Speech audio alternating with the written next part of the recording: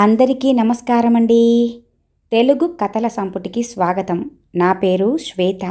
ఈరోజు మనం చెప్పుకోబోయే కథ నేనే ఉద్యోగం చేస్తున్నాను అంటూ ఎగిరెగిరి పడుతున్న అహంకారి కోడలికి ఆ అత్తగారు ఎలా గుణపాఠం చెప్పింది అనేది ఈ కథలో మనం విందామండి. కథ పేరు పసిడి బాటలు. రచించిన వారు కె రఘునందన గారు. మరి కథలోనికి వెళ్లే ముందు మన ఛానల్ని మొదటిసారిగా చూస్తున్న వారైతే సబ్స్క్రైబ్ చేసుకోవడం మర్చిపోకండి. కథను పూర్తిగా విన్న తర్వాత లైక్ చేయడం, షేర్ చేయడం అస్సలు మర్చిపోవద్దండి. ఇంకెందుకండి ఆలస్యం, కథలోనికి వెళ్ళిపోదాం. మందార కాపురానికి వచ్చిన కొత్తలో ఏమీ తోచడం లేదంటే ఒక ప్రైవేట్ చిట్ అండ్ ఫైనాన్స్ కంపెనీలో చేరమన్నాడు భర్త పుండరీకాక్షం. అయితే అదే వ్యాపకంలో పడి వేలాపాలలేని రాకపోకలు చేయటంతో సహించలేకపోయాడు భర్త. పిల్లలు పుట్టాక మానయ్యమంటే వినిపించుకోలేదావిడ. అదే ధోరణిలో నడిచింది. దాంతో పుండరీకాక్షంలో విసుగు, చికాకు ఎక్కువైపోయాయి. బాధ్యతంతా తన నెత్తిన్నే వేసుకోక తప్పలేదతనికి. తల్లిదండ్రులిద్దరూ దెబ్బలాడుకుంటూ ఉంటే చూసి భరించలేక పిల్లలిద్దరూ ఆడుకోవటానికి ఎటో దూరంగా వెళ్ళిపోయేవారు. అంటే నీకు ఇల్లే పట్టదంటావా? పిల్లల కంటే నీకు ఆ ఉద్యోగమే ముఖ్యమా అంటూ చర్రుమన్నాడు పుండరీకాక్షం ఒక రోజున. ఇంట్లో పీటలు పట్టుకుపోయి పిల్లలకు సంరక్షణ చేసుకుంటూ పోతే నా స్వేచ్ఛ హరించుకుపోతుందండి అంటూ విసుగ్గా అంది మందార. పిల్లల బాధ్యత ఇల్లాలిదే. నీ ఒడిలో చేర్చి లాలిపాటలు పాడకపోయినా కనీస ధర్మంగా కొంతసేపైనా వాళ్లతో గడపాలి కదా. ఎంతసేపు నీ వ్యాపకాలేనా అంటూ కటువుగా అన్నాడతను. అవును, ప్రతి రంగంలోనూ మహిళలు దూసుకుపోతున్నారు. కేవలం ఇంటికి పరిమితమైపోతే ఎలాగండి అంటూ సూటిగా జవాబిచ్చిందావిడ. ఆ ఆలుమగల మధ్యన రోజూ జరిగే రగడకిది ఓ మచ్చుతునక మాత్రమే. ఇల్లు నరకంలా మారిపోవటం భరించలేకపోయాడు పుండరీకాక్షం. తన శైశవ మిత్రుడు శైలేష్ను కలిసి మనసులోని ఆవేదనంతా వెళ్ళబోసుకున్నాడు. మీ ఆవిడ ఒక్కతే కాదు, ప్రతి ఇంట్లో ఇదే గోల. ముఖ్యంగా ఈ మధ్య టీవీ కార్యక్రమాల్లో ఆడవాళ్లకు బాగా స్థానం కల్పిస్తున్నారు. వాళ్లే ఎక్కువగా పాల్గొంటున్నారు. అది వేలం వెర్రిగా మారింది. వాళ్ల స్వేచ్ఛకు భంగం కలిగించినట్టుగా ప్రవర్తిస్తే భార్యాభర్తలిద్దరి మధ్యన అదే రసాభాసకు దారితీస్తోంది. మీ ఇద్దరి మధ్యన పిల్లలు నలిగిపోతే దేంట్లోనూ వాళ్ళు రాణించలేరు. అందువల్ల మీ పిల్లల్ని విశాఖలో మంచి కార్పొరేట్ స్కూల్లో చేర్పించు. వారానికి ఒకసారి వెళ్ళి చూసి వస్తూ ఉండు అని సలహా ఇచ్చాడు ఆ మిత్రుడు. బాగా ఆలోచించాక అదే మంచిదనిపించింది పుండరీకాక్షానికి. వెంటనే స్వయంగా విశాఖపట్నం వెళ్ళి పేరున్న ఒక పాఠశాలను చూసుకొచ్చాడు. ఒక్కొక్కరికి ఏడాదికి 60,000 ఫీజు. ఒక గదిలో 10 మందికి పడక. స్నానాపానాలు దగ్గరుండి చూసుకునేందుకు సూపర్వైజర్సు ఉండనే ఉన్నారు. వారానికో రోజు తల్లిదండ్రుల సందర్శనకు అనుమతి. కాయిన్ బాక్సులో నుంచి ఇంటికి ఫోన్లు చేసుకుని సౌకర్యం. అంతా బాగానే ఉంది అని 10,000 భయాన చెల్లించి వచ్చాడు పుండరీకాక్షం. ఇంటికి రాగానే ఆ విషయమంతా కూడా భార్య మందారతో చెప్పాడతను. ఆ మాట విని పురివిప్పిన నెమలే అయ్యింది ఆ క్షణాన ఆవిడ. అంతటి ఆనందం ఆమెలో ఎన్నడూ చూడలేదతను. పిల్లలు దూరమైపోతారంటే ఏ తల్లైనా సరే బెంగతో గింజుకుపోతుంది. ఇంటికి దూరం చెయ్యొద్దు అని మొత్తుకుంటుంది. కనీసం కారణమన్నా అడుగుతుంది. అవేవీ కానరాలేదు ఆవిడలో. త్రైమాసిక పరీక్షలకు ముందే పిల్లల్ని చేర్చాలి అన్న షరతు విధించడంతో తొందరపడ్డాడు పుండరీకాక్షం. స్కూల్లో టీసీ తీసుకున్నప్పుడే పిల్లలకు విషయం చెప్పడంతోనే విలవిలలాడిపోయారు వాళ్ళిద్దరు పిల్లలు. మేము ఆ స్కూల్కి వెళ్ళం, అక్కడ మేం ఉండలేం అంటూ మొండికేశారు. మెల్లగా వాళ్లకు నచ్చజెప్పడానికి చాలా ప్రయాసపడాల్సొచ్చింది. తల్లి ఉద్యోగానికి వెళ్ళి ఇంటికి రావటంతోనే తల్లి మీద పడి బోరుమన్నారు పిల్లలు.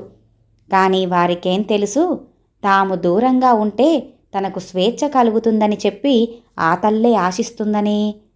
కంటి తుడుపుగా ఏదో 2 మాటలు చెప్పి వాళ్లను విశాఖపట్నం పంపించడానికి సన్నాహాలు చేసింది ఆ తల్లి.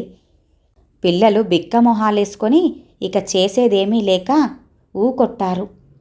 ఒకరోజు మంచి ముహూర్తం చూసి పిల్లలిద్దరినీ తీసుకెళ్లి విశాఖలో చేర్చాడు పుండరీకాక్షం. ఇప్పుడు నీకు తృప్తిగా ఉందా అంటూ ఇంటికి రావటంతోనే పుండరీకాక్షం ఎంతో బాధగా అడిగాడు భార్య మందారని. మీరింతకాలానికి ఒక మంచి నిర్ణయం తీసుకున్నారని నాకనిపించింది. ఎందుకంటే మనిద్దరికీ వాళ్ళను చూసుకునే తీరుబాటు లేనప్పుడు అదే మంచిది అంటూ హాయిగా నిట్టూరుస్తూ అంది మందార. ఇకనేం, ఇప్పటి నుంచి నువ్విక ఊళ్ళూరేగొచ్చు కదూ అంటూ వ్యంగ్యబాణం వదిలాడు. మూతి వంకరగా తిప్పి కోపంగా వెళ్ళిపోయింది మందార. పుండరీకాక్షానికి మాత్రం పిల్లల అల్లరితో ఎప్పుడూ సందడిగా ఉండే ఇంట్లో వెలితి కొట్టొచ్చినట్టుగా కనిపించింది. ఇప్పుడా అల్లరి సందడి లేకపోవటంతో జీవితమే చప్పగా ఉన్నట్టనిపించింది. అతనికి ఆ రాత్రంతా నిద్ర పట్టలేదు. మందారకు ఆ ధ్యాసే లేనట్టుంది. కమ్మగా నిద్రపోయినట్టుగా కనిపించిందావిడ. మర్నాడు తమ్ముడు వాసుదేవు నుండి ఫోన్. ఏం లేదురా అన్నయ్య, నేను అర్జెంటుగా ప్రాజెక్టు పని మీద ముంబై వెళ్ళాలి. 6 నెలల దాకా రాను. మరి అమ్మను అప్పటి వరకు నీ దగ్గరే ఉంచితే నేను వచ్చాక తీసుకెళ్తాను. అమ్మ కూడా నీ దగ్గరకే వస్తానంటుంది. మీకు ఆమె తోడుగా ఉంటుంది కూడాను.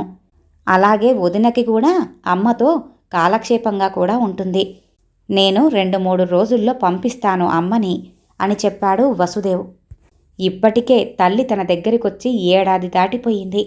తల్లి తన ఇంటికి రావటానికి ఇది సరైన సమయమే అనుకున్నాడు పుండరీకాక్షం. అదే విషయం సాయంత్రం ఇంటికి తిరిగి వచ్చిన మందారతో సంగతంతా చెప్పాడు. అదేంటండి, పిల్లలు వెళ్ళిపోయారు, నాకు తీరిగ్గా ఉంటుందనుకుంటే పానకంలో పుడకలాగా ఈవిడగారిని ఇప్పుడు తీసుకొస్తున్నారేమిటండి అంది ఇబ్బందిగా ముఖం పెట్టి. కొడుగ్గా నాకు తప్పదు. మా అమ్మ పేచీల మనిషి కాదని నీకూ తెలుసు. ఈ పరిస్థితిలో మనకు తోడుగా ఉంటుందావిడ అంటూ అతను చెప్పినా గాని భార్య ముఖంలో ఏమాత్రము కాంతి కానరాకపోవటం గమనించాడతను. ఇప్పుడు వృద్ధాశ్రమాలకు కొదువ లేదు కదండి. మీ అమ్మగారిని అందులో చేరిస్తే మీ అన్నదమ్ములిద్దరికీ బరువు ఉండదు కదా అనేసరికి భార్యపై మండుకొచ్చింది పుండరీకాక్షానికి. వెధవ సలహాలివ్వొద్దు, మా అమ్మను ఆదరించడం నా విధి అని కరాఖండిగా చెప్పేశాడతను. మర్నాడే తల్లిని ఫలానా బస్సులో ఎక్కిస్తున్నానని రిసీవ్ చేసుకోమని పుండరీకాక్షానికి ఫోన్ చేశాడు అతని తమ్ముడు వసుదేవ్. పుండరీకాక్షం, వసుదేవ్ భార్గవమ్మ కొడుకులు. బిడ్డలిద్దరికీ ఊహ వచ్చేసరికి భర్త దేవకీరావు ఆకస్మికంగా కాలం చేశాడు. అప్పటినుంచి ఆమె అన్నీ తానై బిడ్డల్ని లోటన్నది తెలియకుండా పెంచుకొచ్చింది. రెక్కలు ముక్కలు చేసుకొని చదివించింది. పెళ్ళిళ్ళు కూడా ఘనంగానే జరుపుకొచ్చింది. అందుకే తల్లంటే భయం భక్తి రెండూ ఉన్నాయి ఆ కొడుకులకి. వసుదేవ్కి సంతానం లేకపోవటంతో తల్లిని తమకు తోడుగా కాలక్షేపంగా ఉంటుందని ఎక్కువ రోజులు తన దగ్గరే ఉంచుకోవటానికి ఇష్టపడతాడతను. ఇప్పుడంటే తప్పక అన్నయ్య దగ్గరకు పంపించాల్సొచ్చింది. పుండరీకాక్షం ఇంటికి తీసుకొచ్చిన వెంటనే సాయంత్రం భార్గవమ్మ వీధి వరండాలో కూర్చొని వచ్చేపోయే ఆటోలని బస్సులని అదే పనిగా చూస్తోంది. ఏం బామ్మగారు, తోచటం లేదా? వీధిలో చతికిలబడ్డారు అంటూ పక్కింటి ఏసోబు ఆమెను పలకరిస్తుంటే, నా మనవలు స్కూల్ నుంచి ఎప్పుడు దిగబడతారా, వచ్చి నా మీద ఎప్పుడు వాలిపోతారా అని చూస్తున్నాన్రా అబ్బీ అని జవాబివ్వగానే, అదేంటి బామ్మగారు, మీ మనవలు వైజాగ్లో కదా చదువుతున్నారు, మీకు తెలీదా అని విచిత్రంగా అడిగాడతను. ఆ మాట వింటూనే ఒక్కసారిగా ఆమెకు గగుర్పాటు కలిగింది. ఆమె మనసు తీవ్రంగా కలతపడింది. అడుగుదామంటే కొడుకు కోడలు ఇద్దరూ ఇంకా ఇల్లు చేరలేదు. లోపలికి వెళ్ళి మనవలు ద్యుమని శైలబాల ముద్దులొలికే ఫోటోలు చూస్తూ కన్నీరు పెట్టుకుంది. సరిగ్గా అదే సమయంలో వచ్చిన కోడలు మందారపై కస్సుమంది అత్తగారు. పిల్లలు లేని ఇల్లు పిశాచాల కొంపని నీకు తెలీదా? దగ్గరుండి పిల్లల ఆలన పాలన చూసుకోవలసిన నువ్వే వాళ్ళను అలా దూరంగా పంపడానికి ఒప్పుకున్నావటే. అంత దూరంలో ఉండి బెంగతో వాళ్ళు ఇంకేం చదువులు చదువుతారే అని నిలదీసింది. మేమిద్దరం వాళ్ళను చూసుకోలేక అలా నిర్ణయించుకున్నాం అంటూ మెల్లగా జవాబిచ్చింది మందార. మరి కాసేపట్లోనే పుండరీకాక్షం కూడా వచ్చేశాడు ఇంటికి. కొడుకుపై విరుచుకుపడింది ఆ తల్లి.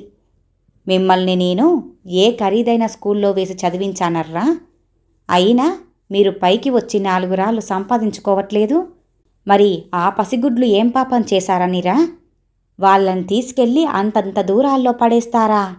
నేనసలిక్కడికి వచ్చిందే ఆ పసికూనెల కోసమేనర్రా అంటూ ఏడుపు గొంతుతో ముక్కు చీరింది భార్గవమ్మ. పోనీలేమ్మా, అయ్యిందేదో అయిపోయింది. నేను వారానికొకసారి వెళ్ళి చూసి వస్తున్నానుగా. వాళ్ళు బాగుపడితే అంతే చాలు అంటూ క్షమించమన్నట్లుగా తల్లివైపు చూశాడు పుండరీకాక్షం. నా మనవలు ఇక్కడ ఉన్నారనే గంపెడాసతో వచ్చాను. వాళ్ళని చూసి ఎంతకాలమైందో కదరా అంటూ ఆమె గొంతులో మనవల పట్ల ప్రేమాభిమానాలు ద్యోకమవుతున్నాయి. తను వెళ్ళి పిల్లల్ని ఇంటికి తీసుకొస్తానని చెప్పి తల్లిని ఓదార్చాడు పుండరీకాక్షం. నువ్వేం తీసుకురానక్కర్లేదు, నేనే వాళ్ళ దగ్గరికి వెళ్ళిపోతాను అంది భార్గవమ్మ చెమ్మగిల్లిన కళ్ళు తూడ్చుకుంటూ. నువ్వొక్కదానివే ఎలా వెళ్తావమ్మా? వద్దు, అయినా నీకెందుకు ఆశ్రమ? నేనే నిన్ను తీసుకెళ్ళి చూపిస్తాలే అంటూ భరోసా ఇచ్చాడు పుండరీకాక్షం. ఎవరూ నాతో పాటు రానక్కర్లేదు. నేనొక్కత్తినే మిమ్మల్నందర్నీ చంకల్లో వేసుకుని కాశీయాత్రలే చేసొచ్చాను. ఆ స్కూల్ అడ్రస్ ఏదో నా మొహాన పడే అని ధైర్యంగా అడుగుతుంటే ఆ ఆలుమొగలు దిమ్మెరపోయారు. కోడలు మందార అంతలో ఏదో చెప్పబోతున్నంతలోనే భార్గవమ్మ కళ్ళెర్రజేసి చూడగానే గతుక్కుమని ఉండిపోయింది ఆ కోడలు. తల్లి అసలే ఆవేదన, ఉద్విగ్నతతో ఉంది. ఆమెను ఆపటం తన తరం కాదనిపించింది అతనికి. దారి ఖర్చుల కోసం డబ్బిచ్చాడు. వెంటనే బయలుదేరింది భార్గవమ్మ. ఆ సాయంత్రం చీకటి పడినా సరే భార్గవమ్మ ఇంకా ఇంటికి తిరిగి రాకపోవటంతో కంగారు పడ్డాడు పుండరీకాక్షం. ఈ ముసలాళ్లతో వచ్చిన చిక్కే ఇది. మొండిగా ప్రవర్తిస్తారు. ఆమెను ఒక్కత్తిని పంపినా ఆవిడ వెనకాలే మీరు వెళ్ళి కనిపెట్టలేకపోయారా అంది మందార చికాకు పడుతూ. మా అమ్మకు వ్యవహార జ్ఞానం చాలా ఎక్కువ. ఏదోలా నెట్టుకొచ్చేస్తోంది. కానీ మన కంగారు మనకుంటుందిగా అంటూ తల్లిని సమర్థించాడు అతను. భార్యాభర్తలిద్దరూ కళ్ళు కాయలు కాచేలా ఎదురు చూస్తుంటే రాత్రి 9 గంటల ప్రాంతంలో భార్గవమ్మ ఆటోలో నుంచి దిగింది. ఒక్కతే కాదు, పిల్లలతో సహా. ఒక్కసారిగా అమితమైన దిగ్భ్రాంతికి గురయ్యారు పుండరీకాక్షం దంపతులు. అమ్మా, ఏంటిది? వీళ్ళనెందుకు లాక్కొచ్చావు అంటూ ఇంట్లోకి అడుగు పెట్టగానే తల్లిని అడిగేశాడు పుండరీకాక్షం. నోరు ముయ్యండిరా. పిల్లలు రాగానే వాళ్ళను గబీమని కౌగిట్లోకి తీసుకోవాల్సింది పోయి ఎందుకు తీసుకొచ్చావంటూ ఆ చచ్చు ప్రశ్నలేంట్రా? నల్లగా బొగ్గులా ఎలా మాడిపోయారో చూడు. మా చిన్నప్పుడు బందెల దొడ్డి అని ఒకటుండేది. ఎవరి చేల్లోనైనా పశువు పడి మేసేస్తే దాన్ని తీసుకొచ్చి అందులోకి తోసేసేవారు. యజమాని వచ్చి జరిమానా కట్టి తీసుకెళ్లేదాకా వాటి గతి అంతే. ఇప్పుడు మీ పిల్లల సంగతి అలాగే ఉంది. ఆ స్కూల్లో పిల్లలేదో పెద్ద తప్పు చేసినట్లుగా వాళ్ళని మీ దగ్గర నుంచి దూరంగా పంపించేశారు. మరి వాళ్ళక్కడ సంకెళ్ల మధ్యన బతుకుతూ ఉంటే మీరిక్కడ పిల్లలు బాగుపడుతున్నారు అన్న వెర్రి ఆనందాన్ని అనుభవిస్తున్నారు అంటూ చిర్రెత్తిపోయింది భార్గవమ్మ. అత్తయ్య, ఏమిటి మీరనేది? మేం వాళ్ళ భవిష్యత్తు కోసమేగా ఆలోచించింది అంటూ కోడలు ఏదో అనేలోగానే భార్గవమ్మ కోడలికి దగ్గరగా పిల్లల్ని ఈడ్చుకొచ్చి, చూడండి, ద్యుమని ఒళ్ళంతా దురదలు ఎలా పాకిపోయాయో, శైలు శరీరం చూడు ఎలా కాలిపోతోందో. అసలు 4 రోజుల నుంచి మీకోసం వీళ్ళు అన్నం నీళ్లు ముట్టలేదట. ఏవో 4 మాత్రలు మింగించటం తప్ప వాళ్ళని ఆస్పత్రికి తీసుకెళ్లి చూపించే నాదుడే లేడక్కడ అంది గద్గదమవుతున్న గొంతుతో. ఇక అత్తగారి మాటలకి ఒక్క మాట కూడా మాట్లాడలేకపోయింది మందార. అత్తగారు పసుపులో ఏదో కలిపిస్తే దాన్ని ద్యుమని ఒంటికి పూసింది మందార. కాషాయం కాచిస్తే పిల్ల శైలబాలతో తాగించింది. 2 రోజుల కల్లా ఆ పిల్లలిద్దరూ తేరుకున్నారు. అమ్మా, పిల్లలిద్దరినీ స్కూల్లో దిగబెట్టొస్తాను అన్నాడు పుండరీకాక్షం. లేదు, వాళ్ళిక ఎప్పటికీ అక్కడికి వెళ్ళరు, ఇక్కడే ఉంటారు. పైసా ఖర్చు లేకుండా గవర్నమెంట్ స్కూల్లో వేస్తాను. చదువులెందుకు రావో నేను చూస్తాను అని భీష్మించు కూర్చుంది భార్గవమ్మ. పుండరీకాక్షం ఎదురు చెప్పలేకపోయాడు. తల్లికి ఎదురు చెప్పటానికి ఇప్పటికీ జంకుతాడు కొడుకు పుండరీకాక్షం. అయితే మందారకు మాత్రం అత్తగారి రాకతో గండకత్తెర పడ్డట్టయింది. ఇక పిల్లలు ఇక్కడే ఉంటారంటే బెంగ పట్టుకుందావిడకి. ఒకరోజు ఎండలో బయలుదేరుతుంటే, కోడలా, ఎండ చుర్రుమంటుంటే ఎక్కడికెళ్తున్నావు? గొడుగు వేసుకుని వెళ్ళొచ్చు కదా, నామోషి ఎందుకు అని లోపలికి వెళ్ళి గొడుగు తెచ్చి అందించింది భార్గవమ్మ కోడలికి. తను ఒక ప్రైవేట్ చిట్ ఫండ్లో పనిచేస్తున్నట్టుగా చెప్పింది కోడలు. చిట్ ఫండ్ కంపెనీయా? మరి వాళ్ళు బోర్డు తిప్పేస్తే చుట్టుపక్కల జనమంతా మన ఇంటి మీదే కదా పడతారు.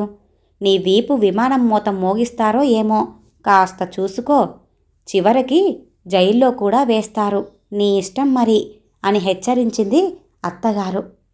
లేదత్తయ్యా, 5 ఏళ్లుగా నడుపుతున్నారు, నమ్మకస్తులే, నాకు కమిషన్ బాగానే ఇస్తున్నారు అని వెనకేసుకొచ్చింది మందార.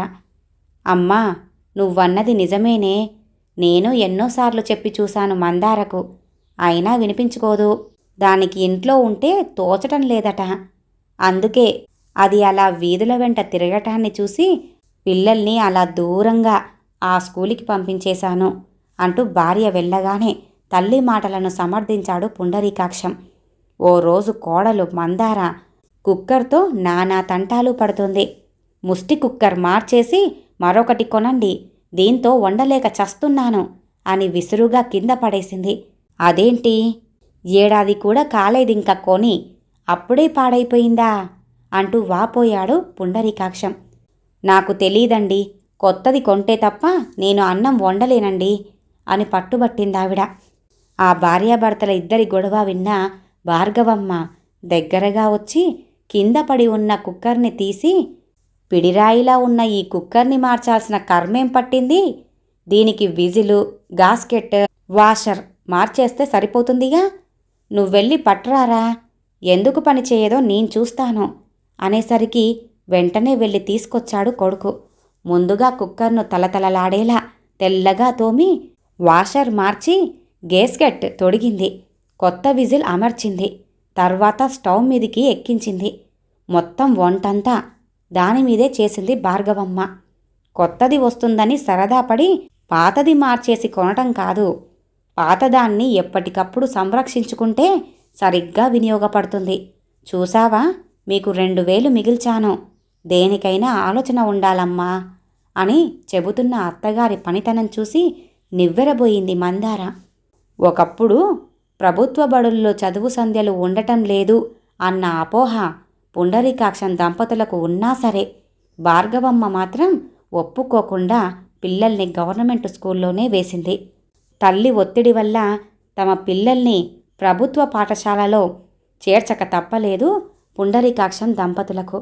రోజు సాయంత్రం బడి నుంచి రాగానే పిల్లలు ఆడుకోవటానికి పారిపోతూ ఉంటే అడ్డుకోపోతున్న పుండరీకాక్షాన్ని కాస్త ఆపి, ఇప్పుడేగా పిల్లలు స్కూల్ నుంచొచ్చారు, కాసేపు ఆడుకోనివ్వరా, ఒళ్ళు గట్టిపడుతుంది, మనసు హాయిగా ఉంటుంది, ఆ తర్వాత చదివితే ఏదైనా సరే చిటికెలో వంటబడుతుంది అని పంపించేది.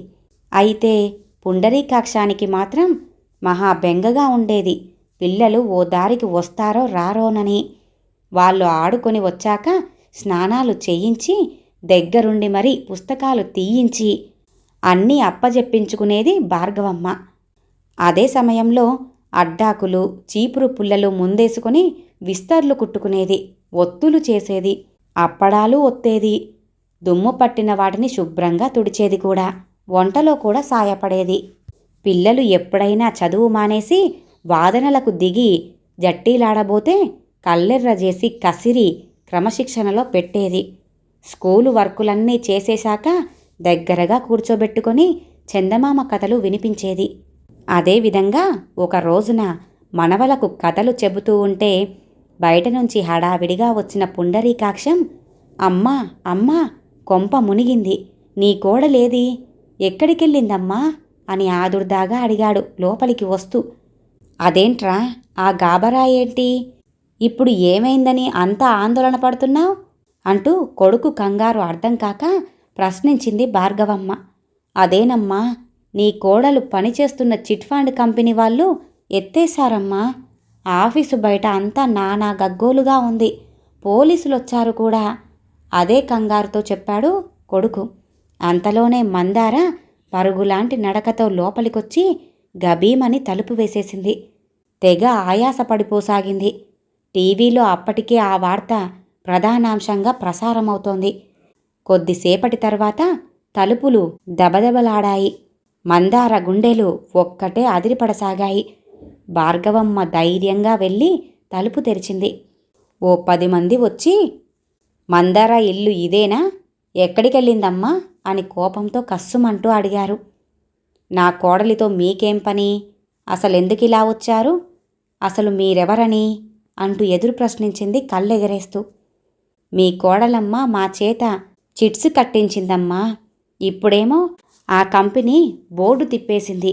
ఇంత మోసం చేస్తారనుకోలేదు. డబ్బంతా పొట్టన పెట్టుకున్నారు. అందుకే నిలదీయాలని వచ్చాం అంటూ గొంతు పెంచి ఆగ్రహంగా అడుగుతున్నాడొకడు. ఏమోయ్, ఆగాగు. నువ్వు ఎవడి మీద కేకలేస్తావు? ఖాళీగా ఉంటే ఏదో అక్కడ చేరింది తప్ప దానికేంటి సంబంధం? అది బోగస్ కంపెనీ అని చీట్లు కట్టిన మీకే తెలీదు.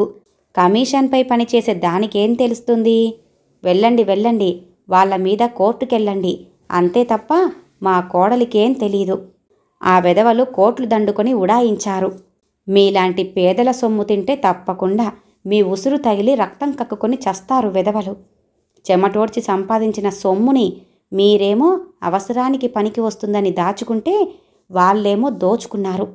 అయినా చక్కగా ఇన్ని బ్యాంకులుండగా మీకేమిట్రా ఈ కర్మ? మీరు నిజాయితీగా సంపాదించిందే అయితే మీ డబ్బు మీకు తప్పకుండా దక్కుతుంది. వాళ్ళే జైలుకు వెళ్ళిపోతారు. వాళ్ళ మీద యుద్ధమాడండి అని చిట్ కంపెనీ వాళ్ళను నానా శాపనార్థాలు పెట్టింది భార్గవమ్మ. ముసలావిడ తమకే మద్దతిస్తుంది అన్న భావంతో వాళ్ళు మరింకేం మాట్లాడకుండా వెనుదిరిగారు. వారిని పంపించి లోపలికొచ్చిన అత్తగారిని చూస్తూనే బోరున విలిపించింది మందార. మొహం ఎత్తుకోలేకపోయింది. చూసావా, నేను ఆ రోజే నీకు చెప్పానా లేదా? మనకు లేదా పోదా? ఎందుకు లేనిపోనివన్నీ నెత్తిన రుద్దుకోవటం? హాయిగా ఇంటి పట్టునుండగా అని ఓదార్చింది. ఇదిగో, అంత కోపంతో వచ్చిన వాళ్ళని కూడా తన మాటలతో చల్లార్చి వెనక్కి తగ్గేలా చేసిందంటే ఆమె నేర్పు ఓర్పు ఎంత గొప్పవో చూడు. మా అమ్మ నిన్ను ఈ గండం నుంచి కాపాడబట్టి సరిపోయింది. లేకపోతే ఎంత ఇరుకున పడిపోయేదానివో తెలుసా అన్నాడు భార్య భుజం తట్టి సముదాయిస్తూ. వాళ్ళిద్దరి మాటలు విన్న మందార మనసు ఒక్కసారిగా విలవిలలాడిపోయింది. తన తప్పేమిటో క్రమంగా అర్థమైంది. భార్గవమ్మ రాకతో క్రమేపీ ఇంటి వాతావరణంలో మార్పు చోటు చేసుకుంది. చదువుకి చదువు, ఆటలకు ఆటలు రెండూ ఉండేలాగా పిల్లలను తీర్చిదిద్దింది. ఒక్కోసారి వాళ్ళు గుద్దులాడుకోబోతే ఒక్క కసురు కసిరి కూర్చోబెట్టేది. మందార కూడా వీధిలోకెళ్ళటం తగ్గించేసింది. ఒక రోజున భార్గవమ్మ వీధిలోకెళ్ళి అట్నుంచి రిక్షాలో నుంచి ఓ కుట్టు మిషన్తో దిగింది. కొడుకు కోడలు వింతగా చూస్తుంటే, ఏమ్మా, నీకెలాగూ వ్యాపకం లేకుండా పోయింది కదా, నాకేదో కుట్టు పని కాస్త వచ్చు, అది నీకు నేర్పుతాను. ఈ రోజుల్లో కుట్టుకూలి బాగానే గిట్టుబాటవుతోంది. ఏ ఫాల్స్ కుట్టుకున్నా కూర ఖర్చులైనా ఒడ్డెక్కుతాయి అని చెప్పి మర్నాటి నుంచి కోడలికి పని మప్పసాగింది ఆ అత్తగారు. సరిగ్గా 3 నెలల కాలంలోనే చక్కగా మిషన్ కుట్టడం అబ్బింది మందారకి. వీధిలో వాళ్ళంతా బట్టలు కుట్టడానికి మందారకే ఇవ్వసాగారు. ఒకప్పుడు తన పట్ల బిరుసుగా ప్రవర్తించే భార్య ఇప్పుడు సున్నితంగా మారటాన్ని చూసి పుండరీకాక్షానికి ఆశ్చర్యమనిపించింది.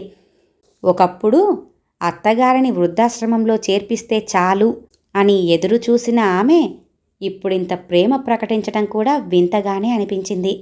ఒక రోజున పుండరీకాక్షం అమితమైన ఆనందంతో వీధిలో నుంచి వచ్చాడు. ఒక కలర్ బ్రోచర్ తల్లి చేతిలో ఉంచాడు. ఏమిటది అన్నట్టుగా చూసింది భార్గవమ్మ. ఏం లేదమ్మా, పట్నంలో అద్దెలు పొయ్యలేక చస్తున్నాం కదా, సొంతింటి అవసరం ఎంతైనా ఉంది. 2 పడకల గదుల ఇల్లు 25 లక్షలవుతుంది. ముందు అడ్వాన్స్గా 3 లక్షలు చెల్లించాలట. ఎంత బాగుందో చూసావా అంటూ పొంగిపోతూ చెప్పాడు కొడుకు. అగ్గిపెట్టలాంటి ఇంటిని కొనుక్కోవటానికి 25 లక్షలు తగలేయబోతున్నావన్నమాట అంటూ కర్ర విరిచి పొయ్యిలో పెట్టినట్లుగా అడిగింది భార్గవమ్మ. అపార్టుమెంట్ల ధరలు ఎంత పెరిగిపోయాయో నీకు తెలీదమ్మా అన్నాడు తిరిగి ఉచ్చుకథగా. అవును, నీలా మోజుపడే వాళ్ళను చూసే వాళ్ళు కూడా ధరలు పెంచేస్తున్నారురా. ముందు లక్షల రూపాయలు చెల్లించాలి, పైగా నెలవారీ 15,000 కట్టుకోక తప్పదు. అది జీతాల్లో కోతగా. ఇల్లేమో ఏ 2 ఏళ్లకో అప్పగిస్తారు, అది కూడా నగరానికి 15 మైళ్ళ అవతల. అక్కడ ఉన్న పరిశ్రమల కాలుష్యమంతా పీల్చుకుంటూ బ్రతుకును ఈడ్చాలి, అంతేగా అంటూ ఆగిపోయిందావిడ. అమ్మా, మా ఆఫీసులో అందరూ అప్పుడే అడ్వాన్స్గా అని పుండరీకాక్షం ఏదో అనబోతూ ఉంటే మళ్ళీ భార్గవమ్మే, ఒకరిని చూసి మనమెందుకురా వెంపర్లాడ్డం, పేరుకు పట్నంలో ఉన్నామన్న మాటే తప్ప ఏంటి సుఖం, ఇక్కడ ఎవరికి వారే యమునా తీరే. అదే మన గ్రామంలో చూస్తే మనకో ఇల్లుంది, దాన్ని మళ్ళీ సౌకర్యంగా కట్టుకుంటే చాలు కదా. విశాలమైన జాగాలో మొక్కలు కూడా పెంచుకోవచ్చు. ఇక్కడ ఇరుకు స్థలాల్లో పెట్టే నిబంధనలు ఏవీ కూడా అక్కడ ఉండవు. ఎటువంటి ధూళి దుమ్ములు లేకుండా చల్లని గాలిని పీలుస్తూ బతకొచ్చు. ఆరోగ్యానికి ఆరోగ్యం, ప్రశాంతతకి ప్రశాంతత. ఇక్కడ తగలబెట్టే డబ్బుతో ఒక ఇల్లు కట్టుకొని ఒక కారు కొనుక్కుంటే మీ కుటుంబాలతో హాయిగా పట్నం పోవచ్చు అని బేషైన సలహా ఇచ్చింది భార్గవమ్మ. తల్లి హితబోధ పుండరీకాక్షాన్ని బాగా ఆలోచింపజేసింది. భార్యాభర్తలిద్దరూ కూడా ఒకచోట కూర్చొని తర్జన భర్జన పడ్డారు. మెదడుకు పదును పెట్టారు. ముసలామె అయినా సరే మంచి సలహానే ఇచ్చింది. మన పెట్టుబడేమో లక్షల్లో, పైపెచ్చు బ్యాంకు వడ్డీ కూడా, అపార్టుమెంట్లో స్వేచ్ఛ కరువు, పైగా కాలుష్యం. అదే సొమ్ములో సగం పెడితే అంతే దూరంలో ఉన్న పల్లెటూరులో ఒక ఇల్లు, ఒక కారు కూడా సమకూర్చుకోవచ్చు. రిటైర్ అయ్యేదాకా ఇక్కడ గడిపేసి పల్లెకి వెళ్ళిపోవచ్చు, అక్కడే ప్రశాంతంగా బ్రతకొచ్చు అన్నాడు పుండరీకాక్షం. భర్త ఆలోచన వైపే మొగ్గు చూపింది మందార. అత్తగారి మాటల్లోని వాస్తవాన్ని అర్థం చేసుకుంది. నిజానికి ఆ ఆలోచన తమకంటే ముసలామెకి తట్టడంలోనే ఆమె గొప్పతనం తెలుస్తుంది. అందుకే పెద్దల మాట చద్దిమూట అన్నారు. ఈ తరం వాళ్ళంతా తమ మధ్యన ముసలాళ్ళు ఉండటం అడ్డంకిగా భావిస్తారు. కానీ అసలుకి పెద్దవాళ్ళు ఉండాలి. ఎందుకంటే ఏ చిన్న చితక విషయాలకైనా భార్యాభర్తల నడుమ తగాదాలు ఏర్పడ్డా ఎవరో ఒకరిని తగ్గించి సయోధ్య చేయడానికైనా, పిల్లలను క్రమశిక్షణలో పెట్టడానికైనా, సమస్యలు ఎదురైనప్పుడు మంచి సలహాలిచ్చి పరిష్కారం చూపడానికైనా, ఒక దుఃఖస్థితి ఎదురైతే ఓదార్చి కన్నీరు తుడిచేందుకైనా, తప్పుదారిన పడితే వారిని సరిదిద్దడానికైనా సరే తప్పనిసరిగా పెద్దలు ఉండాల్సిందే. అప్పుడే పెద్దల పట్ల భయం, భక్తి, గౌరవ మర్యాదలు రెండూ ఏర్పడతాయి. అవును, పెద్దలంటే అనుభవాల మేలి కలయిక, మంచికి దారి తీసే ఆలోచనల పసిడి బాటలు. ఉదాహరణగా ఈ కుటుంబాన్నే తీసుకుంటే భార్గవమ్మ వచ్చాకే ఆ ఇల్లు ఒక గాడిన పడింది. దూరమైన పిల్లలు దగ్గరై క్రమశిక్షణకు అలవాటు పడ్డారు. కోడలు మందార తన పద్ధతిని మార్చుకుని ఇంటి పట్టున ఉండటం మొదలెట్టింది. పట్నంలో ఇరుకు ఇంటి కోసం లక్షలు దండగ చేసుకోవటం మానుకొని స్వగ్రామంలో ఇంటినే స్వర్గధామంలా చేసుకోవాలని భావించాడు పుండరీకాక్షం. ఆ విషయాన్నే తల్లితో ఆనందంగా చెప్పడానికి ముందుకు అడుగేశాడు పుండరీకాక్షం. ఈ కథ ఇంతటితో సమాప్తమండి. విన్నారుగా, ఇంటి పట్టున ఉండకుండా ఉద్యోగం అంటూ ఊరేగడానికి వెళ్ళిన కోడలికి ఆ అత్తగారు ఎలా గుణపాఠం చెప్పిందో. మరి ఈ కథ కనుక మీకు నచ్చినట్లయితే లైక్ చేయండి, షేర్ చేయండి, అలాగే సబ్స్క్రైబ్ చేసుకొని మన ఛానల్ని ఎంకరేజ్ చేయండి. మీ యొక్క విలువైన అభిప్రాయాలను కూడా కామెంట్ రూపంలో తెలియజేయండి. ఇంత మంచి కథను మనకు అందజేసిన కేకే రఘునందన గారికి ధన్యవాదాలు తెలియజేసుకుంటున్నానండి. మరొక మంచి కథతో మళ్ళీ కలుద్దామండి. నమస్కారం.